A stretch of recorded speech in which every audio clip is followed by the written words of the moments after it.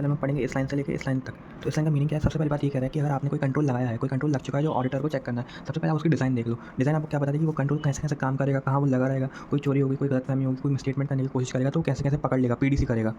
सो ये जो वाला पॉइंट है जी, इसमें बताता है कि डिज़ाइन की बहुत इंपॉर्टेंस है। डिज़ाइन की इंपॉर्टेंस क्यों है? क्योंकि डिज़ाइन पहली चीज़ आपको ये बता देगा कि डिज़ाइन के साथ ये ऑब्जेक्टिव फ्री आएगा कि भैया इस कंट्रोल को लगाने का पीछे का ऑब्जेक्टिव है क्या? अगर मान लो ऐसा आपने कोई कंट्रोल लगाया जिसका ऑब्जेक्टिव है ही नहीं कि वो प्रिवेंट करेगा, डिटेक्ट करेगा और या फिर कंट्रोल करेगा, करेक्ट करेगा अपने मिसस्टेटमेंट को या एरर को, तो सबसे पहले ऑडिटर उस कंट्रोल को चेक करने का जो पॉइंट है वो काट देगा। मान लो ऑडिटर को 10 कंट्रोल चेक करने हैं, सबसे पहले ऑडिटर सब पे जाके डिज़ाइन देखेगा, डिज़ाइन में लिखा है कि भैया ये कंट्रोल का काम तो है ही नहीं कि पीडीसी करना, तो सबसे पहले ऑडिटर उस कंट्रोल का नाम काट देगा, अपनी लिस्ट से हटा देगा ताकि उसका ऑडिट का वर्क रिड्यूस हो। ये फ्री फॉरवर्ड की लाइन थी। ठीक है, सबसे पहले इंपॉर्टेंट ये होती है अपन को डिज़ाइन चेक करनी है और जानना है कि उस कंट्रोल का ऑब्जेक्टिव क्या है। ये बहुत इंपॉर्टेंट लाइन है, लास्ट लाइन में यही काम आएगा। और आता है कंट्रोल इंप्लीमेंटेशन। ये होता है कि आपने बाकायदा अपनी जो कंट्रोल लगाया था, जो डिज़ाइन करी थी, आपने सच में अपने बिजनेस में लगा दी गई है। तो ये सारे पॉइंट्स थे। पहला पॉइंट था implementation of control means that control exist and the entity is using it. मतलब ये पॉइंट था कि इंप्लीमेंटेशन जरूरी है डिजाइनिंग के बाद। अब ये वाला पॉइंट इंपॉर्टेंट है, मतलब इंपॉर्टेंट नहीं है, थोड़ा मुश्किल समझना ये वाला यहाँ से।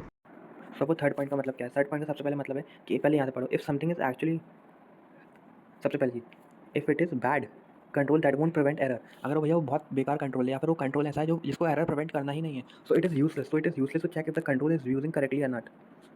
इसका मतलब है कि अगर भैया वो कंट्रोल लगाने का मकसद है ही नहीं कि उसे पीडीसी करना है, तो फिर ये बेकार चीज़ है कि अपन चेक कर रहे हैं उस कंट्रोल को जाके कि वो सही से काम कर रहा है या नहीं। तो इसलिए सबसे पहले इंपॉर्टेंट लाइन क्या होती है कि हम लोग को सबसे पहले डिज़ाइन चेक करना पड़ता है, जो हमको बता देगा ऑब्जेक्टिव उसका कि ये कंट्रोल वाकई पीडीसी करना चाहता है या नहीं। अब जो सेकंड वाला पॉइंट है इम्प्रॉपर्ली डिजाइंड कंट्रोल्स वगैरह का, उसके 3-4 पॉइंट है, inquiry, observation, inspection, tracing, transaction.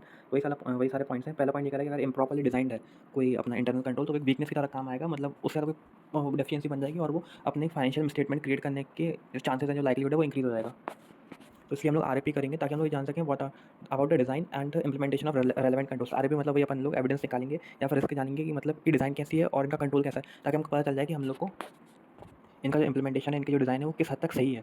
मतलब उसके लिए अपन को 3-4 काम करना है। पहली बात है अपन इंक्वायरी करेंगे एंटिटी पर्सोनल से, मतलब वहाँ के जो एम्प्लॉई हैं उनसे हम लोग इंक्वायरी करेंगे। इंक्वायरी किस चीज़ की करेंगे? ये इकलौता पॉइंट है, इसके बारे में हम लोग इंक्वायरी करेंगे ताकि हम लोग को डिज़ाइन पता चल जाए कि कंट्रोल्स की डिज़ाइन कैसी है। डिज़ाइनिंग हमको पता चल गई तो वही इंपॉर्टेंट एस्पेक्ट है। तभी हम लोग जान सकते हैं कि जो कंट्रोल लगाया गया है कि वो पीडीसी के लिए लगाया गया है या फिर किसी और चीज़ के लिए। अब जो बाकी के 3 पॉइंट है, observing the applicant, inspecting documents and tracing transaction, ये सारे इंप्लीमेंटेशन के लिए कि अपन सिंपली अपन ऑब्जर्व करेंगे काम क्या चल रहा है, वो कंट्रोल के हिसाब से चल रहा है नहीं, तो वो एक टाइप की इंप्लीमेंटेशन हो गया। सिमिलरली आप इंस्पेक्ट करोगे डॉक्यूमेंट्स को, वो भी अपना इंप्लीमेंटेशन का हो गया। आप ट्रेस करोगे ट्रांजेक्शन को थ्रू इन्फॉर्मेशन सिस्टम, वो भी अपना इंप्लीमेंटेशन के लिए हो गया।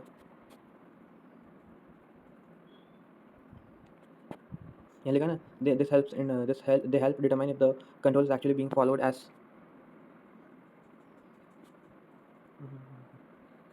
और एक बात ये पॉइंट था कि inquiry alone however is not sufficient for such purposes. इन मतलब आपसे इंक्वायरी करके चुप नहीं बैठ सकते। This means simply asking employee about control isn't enough, auditor must also use other method to confirm information they receive.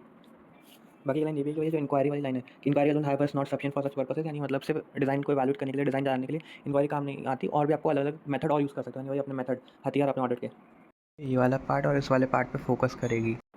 अब सबसे पहली बात ये है कि यहाँ इसमें लिख दिया है कि understanding control design involves inquiries, observation and documents. Book में वही लिखा है, इसलिए मैंने मार्क कर दिया था।